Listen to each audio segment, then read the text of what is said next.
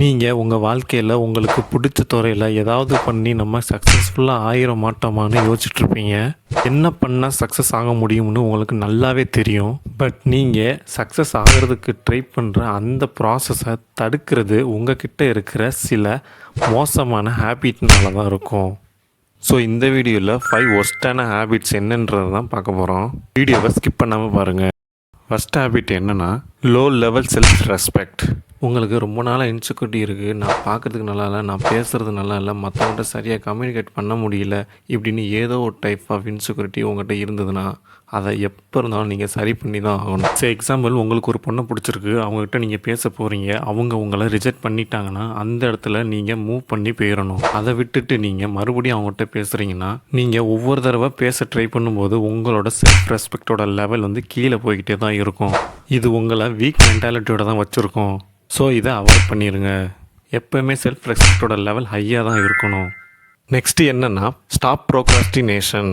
உங்களுக்கு முக்கியமான ஒர்க் இருக்குது, அந்த ஒர்க்கை 1 வீக்கில் முடிச்சிடணும்னு நீங்கள் பிளான் பண்ணி வச்சுருக்கீங்க. ஆனால் நீங்கள் அந்த வேலையை செய்ய அந்த டேலே ஸ்டார்ட் பண்ணாமல் நமக்கு 4 டேஸ் டைம் இருக்குது, 5 டேஸ் டைம் இருக்குது, நம்ம பார்த்துக்கலாம் அப்படின்னு அந்த வேலையை செய்யாமல் நெக்ஸ்ட் டேக்கு தள்ளி போடுவீங்க.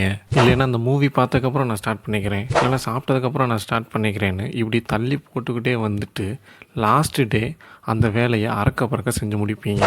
சில பேர் அதை கூட பண்ண மாட்டாங்க. இப்படி ஒரு வேலையை அப்போவே செய்யாமல் தள்ளி போட்டுக்கிட்டே வர்றது தான் ப்ரோக்ராஸ்டினேஷன். இந்த ஹேபிட் உங்கள் லைஃப்பை ரொம்பவே அஃபெக்ட் பண்ணும். நீங்கள் இந்த ஹேபிட் இருக்கிற பர்சனாக இருக்கீங்கன்னா நீங்கள் சின்ன சின்ன ஒர்க்காக இருந்தாலும் சரி, பெரிய ஒர்க்காக இருந்தாலும் சரி, அதை தள்ளி போடாமல் அதை அப்போவே செஞ்சு முடிக்க பழகுங்க. இந்த மாதிரி ஃபாலோ பண்ணிங்கன்னா உங்கள் லைஃப் க்ரோ ஆகிறத நீங்களே பார்ப்பீங்க.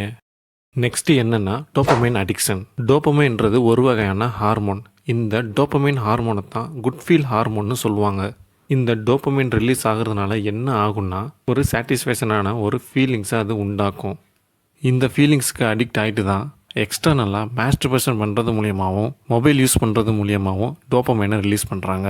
இந்த அடிக்ஷனால் அவங்களோட க்ரியேட்டிவ் திங்கிங்கை ரொம்பவே அஃபெக்ட் பண்ணும். இந்த அடிக்ஷனால் லேசியான ஆட்களாகவும் மாறிடுறாங்க. இந்த ஹேபிட் உங்ககிட்ட இருந்ததுன்னா உடனே ஸ்டாப் பண்ணிடுங்க. Next, over thinking. உங்கள் லைஃப்பில் எப்படியாவது நம்ம சக்ஸஸ்ஃபுல்லாக ஆகிடணுன்றது தான் முக்கியமான நோக்கமாகவே இருக்கும். பட் அதுக்கான ஸ்டெப்பை நீங்கள் எடுக்கிறத விட்டுட்டு மற்ற எல்லா ஸ்டெப்புமே எடுப்பீங்க. உங்களுக்கு ஒரு புது ஐடியா தோணுது, அதை ட்ரை பண்ணுறதுனால மேபி உங்கள் கெரியரில் க்ரோ ஆகிறதுக்கு ஹெல்ப்ஃபுல்லாக இருக்குன்னு உங்களுக்கு நல்லாவே தெரியும். பட் அதை நீங்கள் ட்ரை பண்ண மாட்டீங்க. அதை ட்ரை பண்ணாமல் அது ஒர்க் அவுட் ஆகாமல் போயிட்டா அது ஒர்த்தா இல்லையா, இப்படி ஓவர் திங்கிங் பண்ணிக்கிட்டே அதை கடைசி செய்யவே மாட்டீங்க. இதுக்கு திங்க் பண்ணாமல் அதை ஆக்ஷனாக கன்வெர்ட் பண்ணிட்டோம்னா அது ஒர்க் அவுட் ஆகுமா இல்லையான்னு நமக்கு தெரிஞ்சிடும். அது ஒர்க் அவுட் ஆகாமல் போயிடுச்சுன்னா வேறு ஏதாவது நம்ம ட்ரை பண்ண போயிடலாம். Last habit. எந்த அளவுக்கு சக்ஸஸ்ஃபுல்லாக இருக்கணும், மணி மேக் பண்ணணும்னு இருந்தாலும் ஹெல்த்தியாக இருக்கிறது அதை விட ரொம்ப முக்கியம். நீங்கள் இந்த சோசியல் மீடியாவில் ஒரு நாளைக்கு 100 வீடியோஸ் பார்ப்பீங்க. அந்த 100 பேருடைய லைஃப் ஸ்டைல் உங்களை அஃபெக்ட் பண்ணாமல் இருக்கணும்னா நீங்கள் மென்டலி ஸ்ட்ராங்காக இருந்து தான் ஆகணும். ஃபிசிக்கலி ஸ்ட்ராங்காகவும் இருந்தால் மட்டும்தான் நம்ம லைஃப்பை லீட் பண்ணவே முடியும். இந்த வீடியோ உங்களுக்கு யூஸ்ஃபுல்லாக இருக்கும்னு நான் நம்புகிறேன்.